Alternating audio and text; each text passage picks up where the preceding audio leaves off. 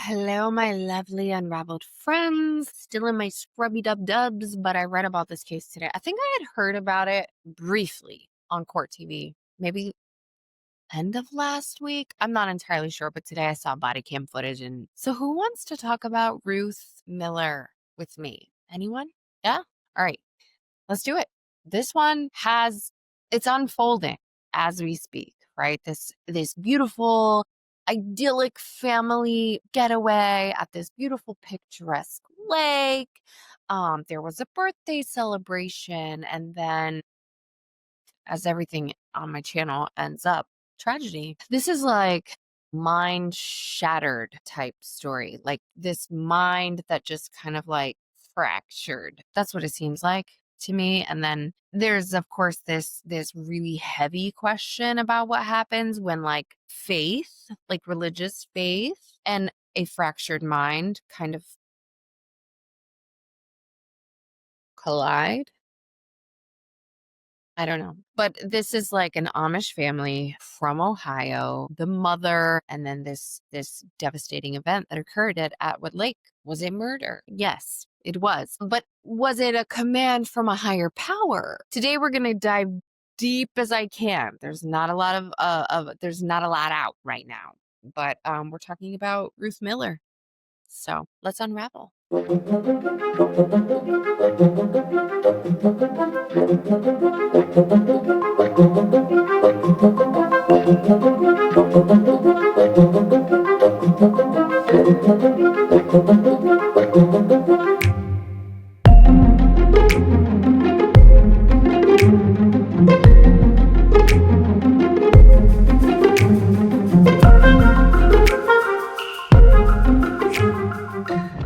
So the central figures in this story so far are Ruth Miller. She's a 40-year-old Amish mother of 4, I believe, and her husband, Marcus. So they lived in Millersburg, Ohio, and they left their home to go to Atwood Lake for like this family getaway. This was a birthday trip for Ruth. And so I guess apparently it just started as this planned quiet family vacation, and it ended with this very grim, very chaotic police search at the bottom of that lake. And when it was all over, 2 members of the Miller family, Marcus, the 45-year-old husband, and their 4-year-old son, Vincent, they would be found at the bottom of Atwood Lake. Yeah, I tried today at my lunch break sorry, I'm just pulling some stuff up really quick. I tried to find out as much as I could about the family and about Ruth herself in particular. It's too early on in the story and in the investigative process that not a lot has come to light just yet. But I will say that the most significant aspect of her personal history that I could find that has already come to light is a long-standing struggle with mental illness. There was a public statement released by the Miller family and their church that revealed that the tragedy was a result of mental illness, according to them. And the statement also noted that the ministry of their church, quote, had been walking with them through their challenges, and they had also received professional help in the past, unquote. So law enforcement did go on to confirm this history and okay, shit. Let me Google how to say this. BRB. You ready? Hold on. Tuscarawas. Ha! Tuscarawas County. Ooh, it's actually not as hard to say. It kind of rolls after you say it once or twice. Okay. Tuscarawas County Sheriff's Office. The sheriff's name there is Orvis Campbell. He stated that the couple's family did tell detectives that both Ruth and Marcus, right, both parents, struggled with mental health issues, but that Ruth's were a particular concern. So the family, from what I've read, again, it's so early in the investigation, take everything with a grain of salt until more things become confirmed. But the family of Ruth and Marcus had reportedly even intervened just a couple of days before this event happened at Atwood Lake after receiving what they said was a quote concerning call. That's all I could find. But this does suggest to me that her mental health issues were not a sudden development here. It was an ongoing struggle of hers that her family was aware of. So the police investigation, which was led by the Tuscarawas county sheriff's office, they started trying to piece this puzzle together. It was kind of a bizarre and disturbing sequence of events from what I have gathered. It begins in the middle of the night around 1:15 a.m. on Saturday, which I think was August 23rd. Ruth and Marcus together left the RV that they had taken to the lake, and they went to the dock at Atwood Lake. According to Ruth's own later statements, they jumped into the water on what they believed were divine instructions. God was speaking to them, telling them to, quote, prove their worthiness to God, to show their faith is complete. Ruth even claimed that she tried to walk on water, a statement which kind of just hung in the air. It's just this kind of chilling mix of religious conviction, but maybe some pretty profound delusion there. I don't know. Marcus, after this test, went back to the RV and he was disappointed. He believed that he had, quote, failed the tasks because he, quote, didn't have enough faith, unquote. And he felt that he had to try again, but this time alone. A witness saw Marcus on the dock at 6:30 a.m. He had decided to swim to like a distant sandbar. The authorities now believe that Marcus drowned accidentally during this attempt to prove his faith, which is just tragic. It's tragic to me. But for the rest of the family, Ruth and their 4 children, this was far from over. Just about an hour and a half later, around 8 a.m., witnesses saw Ruth Miller loading her 4-year-old son, Vincent, into a golf cart. And very shortly after that time, authorities were called to the scene. A woman and her 3 children, based on calls that they had received, a woman and 3 children had crashed a golf cart into the lake. Rescuers pulled Ruth from the water and she made an immediate statement to the park ranger. She said that she had, quote, given her son to the Lord, unquote. Think about that for a second. An immediate statement, no hesitation. And then today is when I saw the body camera footage that captivated this full confession. She looked right at the deputies and she said, I gave him to God. I threw him in the lake and I gave him to God. And people are going to tell me I'm crazy, but he's real and he loves you. And then you can even see her kind of trying to start praying over deputies and stuff like that. Let's take a look at this body cam footage really quick, if you're up for it. Are you up for it? Cool. If not, skip past. We'll talk about it either way. Guys, I just want to fun little caveat. All right. So my brows, right? Um which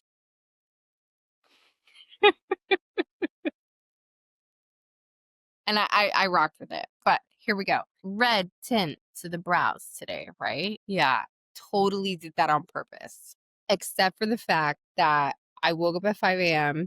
and decided that it would be a good idea because I didn't want to get out of bed. Decided that it would be a good idea to just grab a beer and do my makeup. Not makeup because I didn't do much. I didn't put on like foundation or anything like that, right?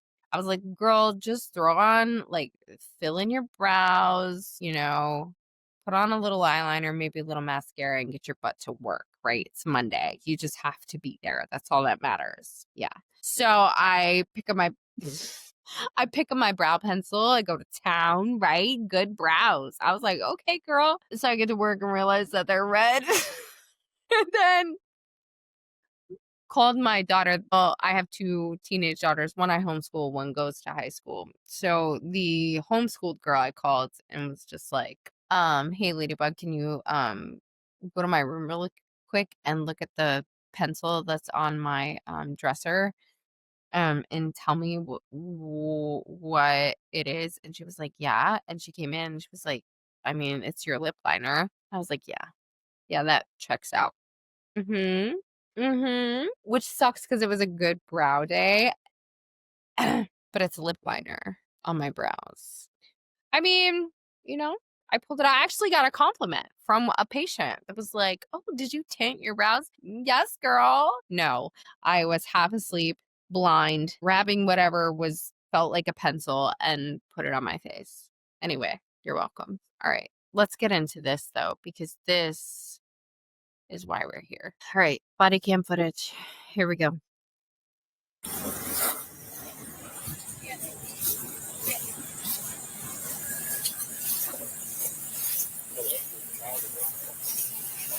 I gave him to God. You gave him to God? Yes. What do you mean by that? I threw him in the lake, and I gave him to God. And people are going to tell me I am crazy, but he is real. And he loves you. He really does love you. He loves you. And I doubted him. I doubted him so many times. But I am to tell you, he is coming soon. He is coming very soon. Prepare your hearts. The end is close. And I'm for sure supposed to tell you that he does love you.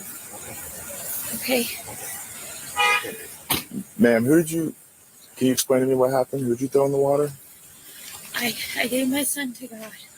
Your son? Yes. Where's your husband? He went for a walk this morning. And you haven't seen him He since? didn't ever come back.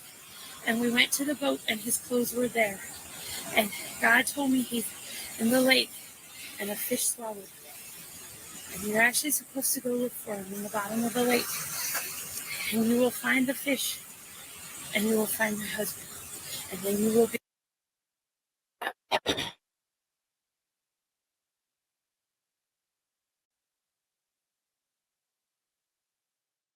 So often, right? So often we watch body cam footage or we watch police interviews or we watch court testimony or we, even just researching or reading about stories like this. And maybe not obviously like just like this. Sorry, let me fix that. And we see people who very often seem it's like, okay girl, like say whatever you need to say so that you think that you'll be good with this and they'll be good with this, and like you can. Here's the sad part for me. This is my second or third time watching this footage. I genuinely believe that everything this woman is saying, she believes. And it's just so profoundly sad to me. There is no hesitation. There is no there's no markedly there's no she doesn't seem like she's overacting. She doesn't seem like she's putting on a show for police. What she's saying seems genuine, which makes me believe that in her mind, it's real. It's genuine. This is true. This is what she genuinely believes. And that is so sad. And you guys know at the end, there will be a spiel about just the importance. All right, let's get back to it. But it's sad. This whole thing is sad. It's a tragedy. But ye of your little faith that did not believe before seeing.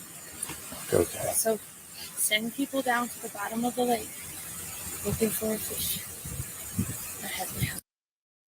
Question 2. I'm not a deeply religious human being. Would classify myself as more spiritual than religious, as far as like, isn't there, because this is reminding me of something when I was a kid and my parents were in the church for some time. Like, there is a story, yeah, of like a man in a fish, or like in a whale. Fuck, like a Jonah and the whale, right? Man swallowed by, like, I feel like even what she's saying, there's some like connection to her religion here, to Christianity and to her faith. um that it's in her mind, it's like this profound thing, this thing that she can relate to her faith. She's saying that her husband, like, just go to the bottom of the lake, you'll find him in the belly of a fish. Am I mixing up my I don't know. And I'm not, I'm just trying to like, I'm just trying to understand her. um because again, I don't feel like this is an act. I'm not always, I wouldn't call myself 100% good judge of character, but 90% good judge of character. And what she did is incredibly sad and incredibly tragic. But listening to her talk, I don't feel like she's making this up, which just adds a layer of tragedy and sadness to this case. Anyway, okay, rant over. Let's keep going. How old's your son that's in the lake? He's sweet. I love him. I give him. Okay. 7/9/40 Central. We're out with the mother. She is advising that she threw her 4-year-old son in the lake to give him to God.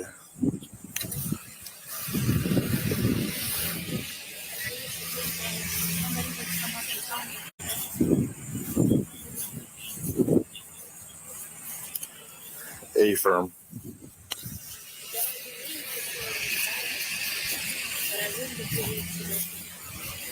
So do you believe?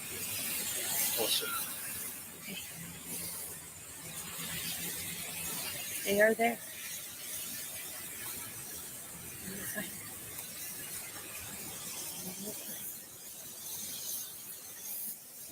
Please.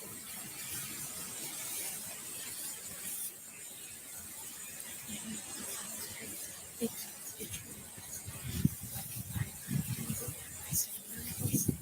found him, and then he came back to me. My husband and I both found him, and Pain came back to me. I need to know where your husband's at. He's at the bottom of the lake in a fish. He's in a fish. Yes. There's no fish large enough on an Atwood to swallow your husband. He's at the bottom of the lake in a fish. Okay. I thought your husband went for a walk. Yeah, and then we came to the boat, and his clothes were laying on the boat. Okay. Tan Yeah. pants and cream shirt and flip-flops. Do you have a cell phone? It's in the camper. It's in the camper. Where's your camper at? I think it's, Area 3? I think so. Yeah. It's like a tannish camper. It's a tannish camper. You don't know what lot number it is? No. Because we really need to verify your husband's still with us. Oh, okay. Okay? Well, he's actually just go out in the bottom of the lake. Well, I can't go in the bottom of the lake. So if we need. I mean, you can see it's not even clicking in her mind that the officers aren't understanding what's happened here. And this man is saying to her, like, I need to know where your husband is, ma'am. Like, I need to make sure that he's still with us. And she was like, oh, okay. Well, all you need to do is go to the bottom of the lake. He's in a fish. And the guy's like, ma'am, there's no fish in Lake Atwood large enough to swallow your husband. She was like, yeah, I mean, it's like,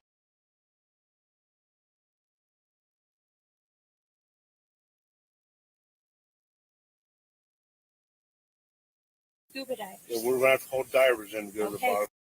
She said, bring in your best scuba divers. That's how you'll find them. Please do. And you're saying Get the best ones there are.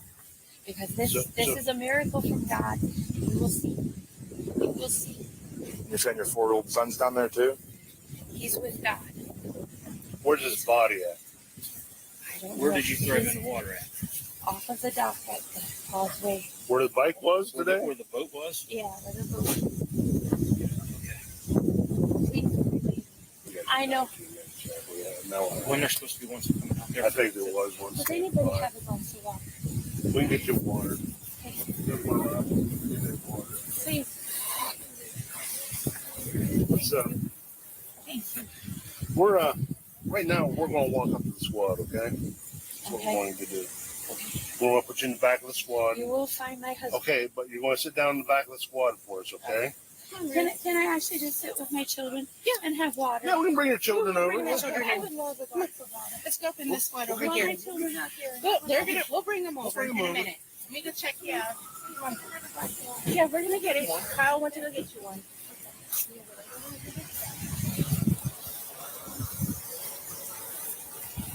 You guys send the dive team over that way then?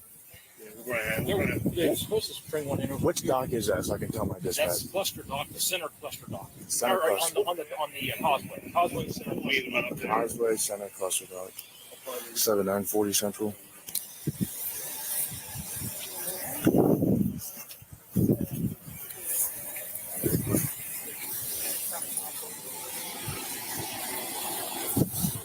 You said it's the Causeway Center Dock, right? Causeway center. Causeway Center Dock. 7940 Central.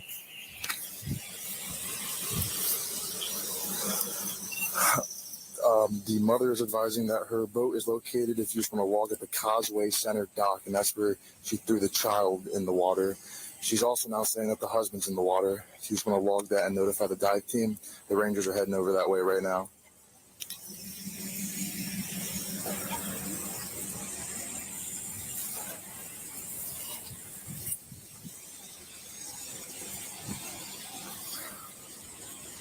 I'm gonna go somewhere where it's not too hard on my knee.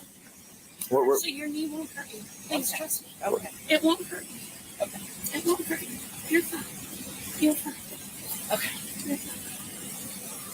God, please show this woman that it is true. But I'm telling you, people are doubting. It is getting harder for me. And this is the end of it. I'll just let it break. Please show her that it is true what I'm telling you. That there is a fish in the bottom of the lake. Please let her take me to sit with my children under the tree that you have created. Please, Lord. And it's Well, You guys want to bring her over to that one?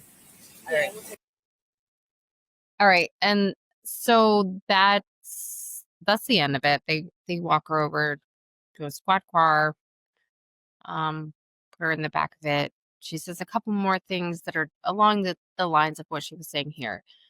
I'm having difficulty processing, and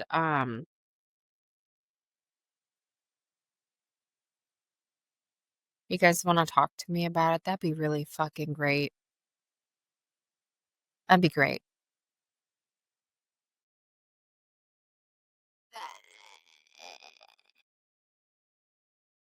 I don't and refuse to take away from what she's done, but it's clear to me in that body cam footage. And she spent like a week in a psychiatric facility after this. It's clear to me that there was a break, there was a fracture that led to terrifyingly tragic events afterwards. The search efforts, because obviously there were many search efforts that followed, divers did eventually quite quickly recover 4-year-old Vincent's body around 6 p.m. on that Saturday. And then Marcus's body, her husband, was found the next morning. Where do we go from here. Grand jury handed down a very serious 7-count indictment against Ruth Miller. The charges were staggering, including aggravated murder with, quote,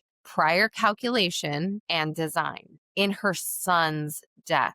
But they also included child endangerment and domestic violence charges against the 3 surviving children, the children that were with her when she drove the golf cart into the water. So just to clear up the timeline, right? Middle of the night, Ruth and her husband go out on the lake or walk out onto the dock and test their faith. Ruth tries to walk on water. I believe her husband does too. They fail. He is disappointed at himself and says, I didn't have enough faith. And so he says, I have to do this alone. He goes back out into the water while Ruth goes back to the home or back to the RV. He attempts to swim or maybe walk, I'm not sure, to a sandbar on the far side of the lake, fails. And as of right now, investigators do believe his death was accidental. In the meantime, while this is happening, Ruth is going to pick up her 4-year-old son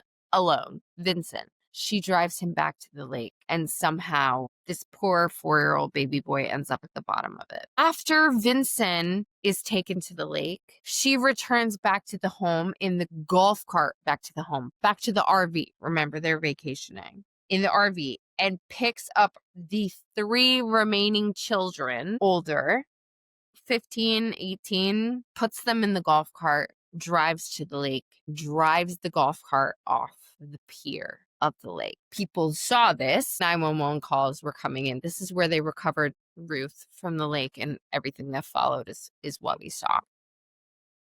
I think that's where we are. This isn't just a simple case of what happened. The story here, the one that we and the courts will have to unravel, is why did this happen? Why did this happen? The entire case hinges, I believe, on Ruth's mental state at the time that all of this took place.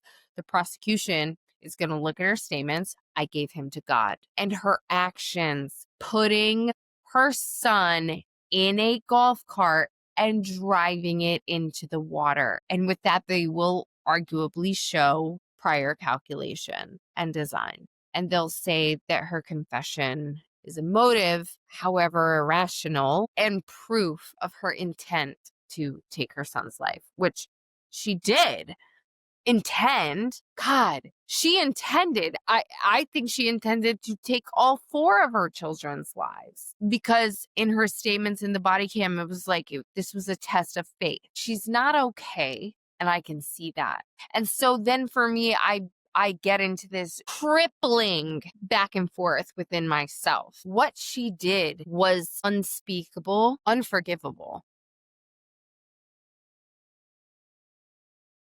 Where was she?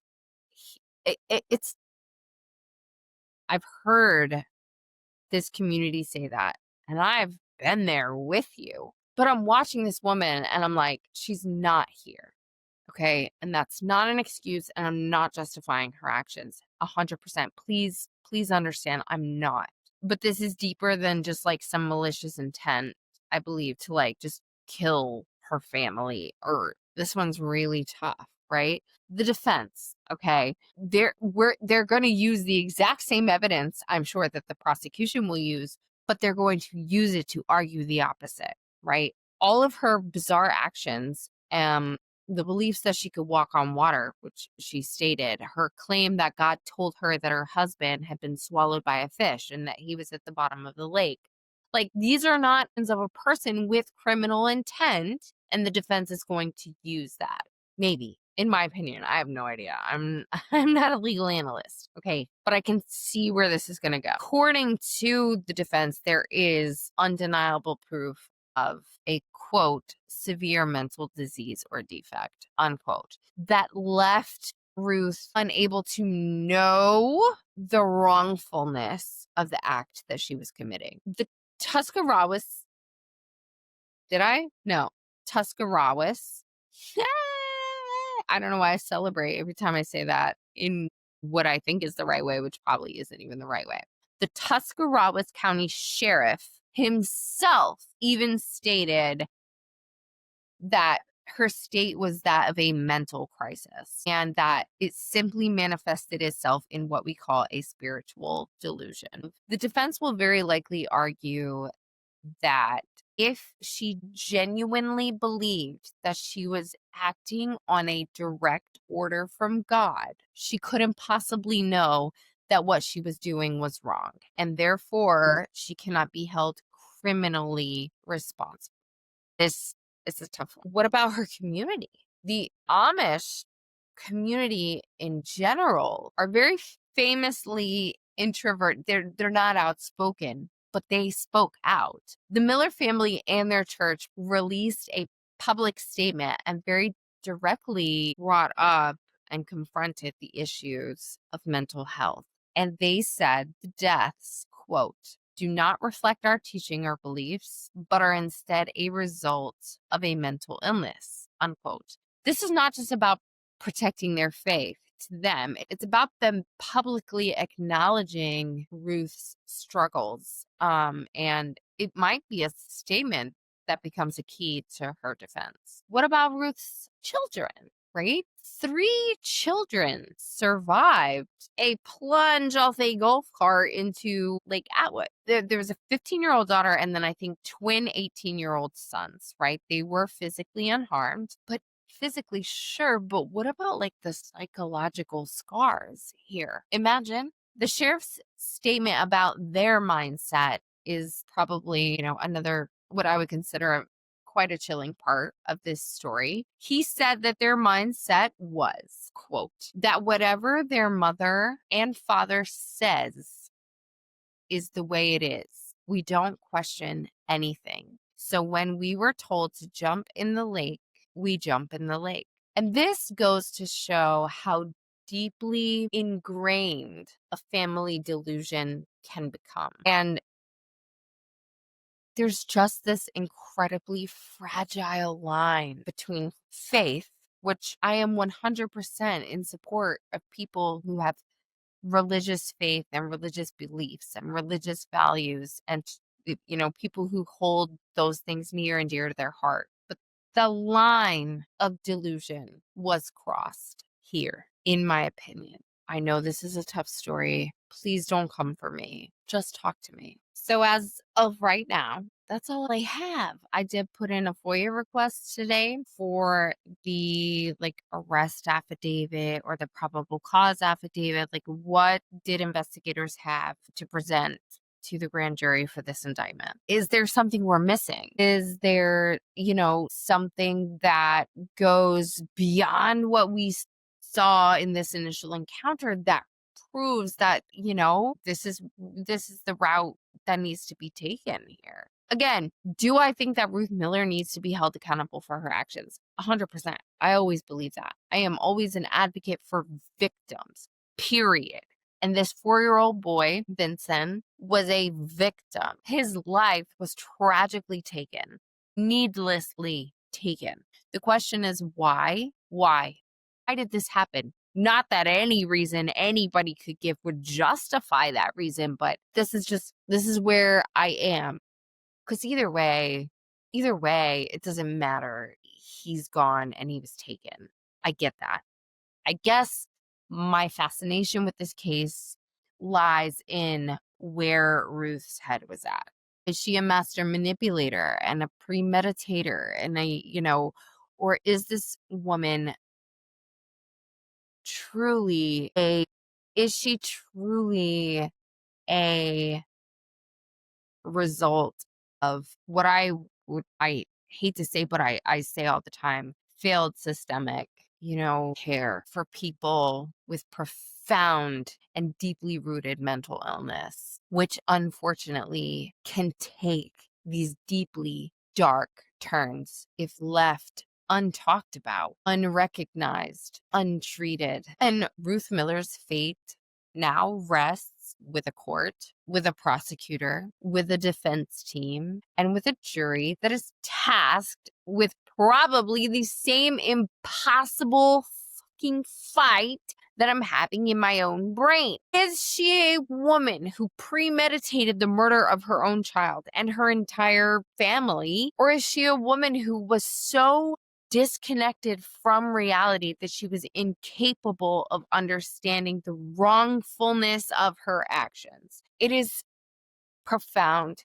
It is a very deeply tragic reminder, as I will say again and again and again, of the complex intersection of faith, which is a great thing to have, and mental health and the law. And it forces us to ask ourselves, can we ever truly know what's going on in another person's mind? And if we can't, how do we get to this point now where we have to judge it? I don't know. Again, I know that so many times we see these cases where people use their mental health as a crutch or as an excuse, and many times, I will call it as I see it. I don't fucking buy it.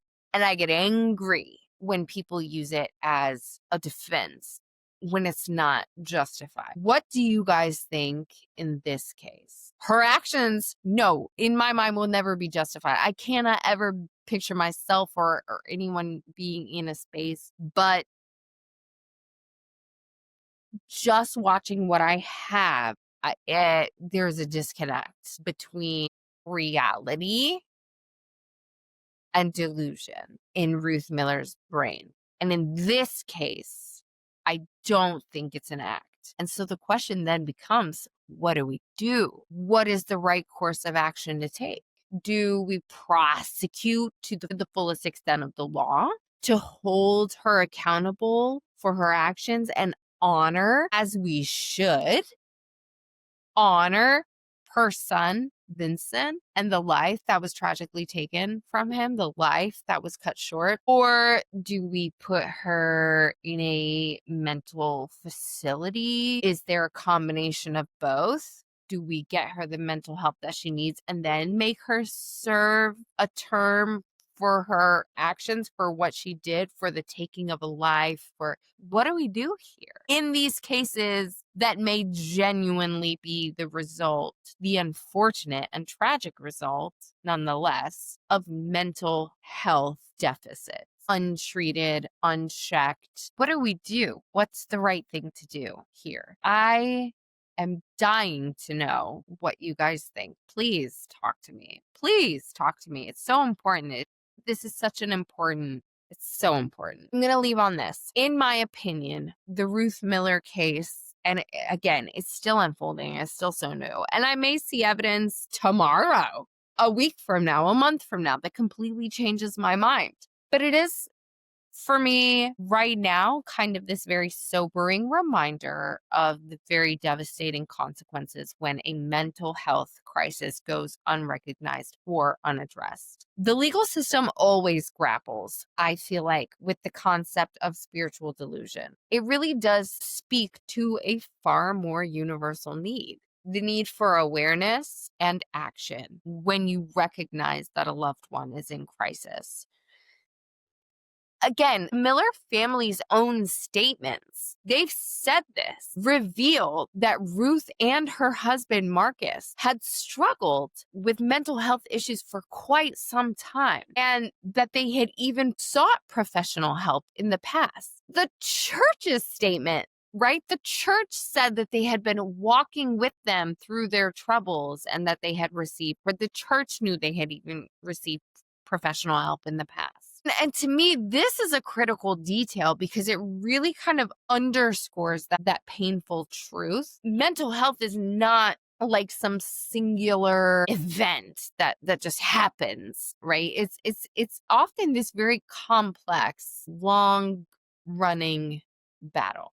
And this story, while it is unique, it still holds on to this very universal lesson, in my opinion, which, again, if you know me, you know I'm going to do this. It's a call to action. I'll even speak to the Amish community itself. They have a program called the People's Helpers Network, which provides a support system that is built to deal with families struggling with mental illness. But even outside of the Amish community and just as a universal community, here it is. We have to normalize conversations about mental health just as we would any other physical illness. Period. We need to be able to recognize the signs of a severe mental health crisis or spiritual delusion. And so if you or anyone that you know is in crisis or struggling in any way whatsoever, please, please seek help. Openness and intervention can literally be the difference between life and death. The Miller family's journey in all of its sorrow this week reminds us that while we can't always prevent a crisis, we can offer a lifeline of support, help, and understanding. I will link some mental health resources in the description below for anyone that may need them. Use them. I'm begging you. We're here for you. We love you. This is a hard story it's just hard to grapple with. But that's it. That's all I have for now. Of course, again, with any unfolding case, I'm going to try my best to keep you guys posted, keep you updated, talk about it as much as you would like. But I'm going to shower and I'm going to go to bed because I have work tomorrow. Also, there is a case. This was kind of last minute. I was just like, oh, I have to talk about this. But there is a case that I had been planning on talking about, which I will do Wednesday. We'll have another video, another case to talk about, one that is upcoming and that you guys may have heard about. Any of you that are like me and you scour the depths of the true crime annals, pulling everything you can all the time, all day, every day. We're going to talk about one. We're going to talk about a new case on Wednesday. Until I see you then, take care of yourself and stay safe. Keep asking questions and keep unraveling. Love you.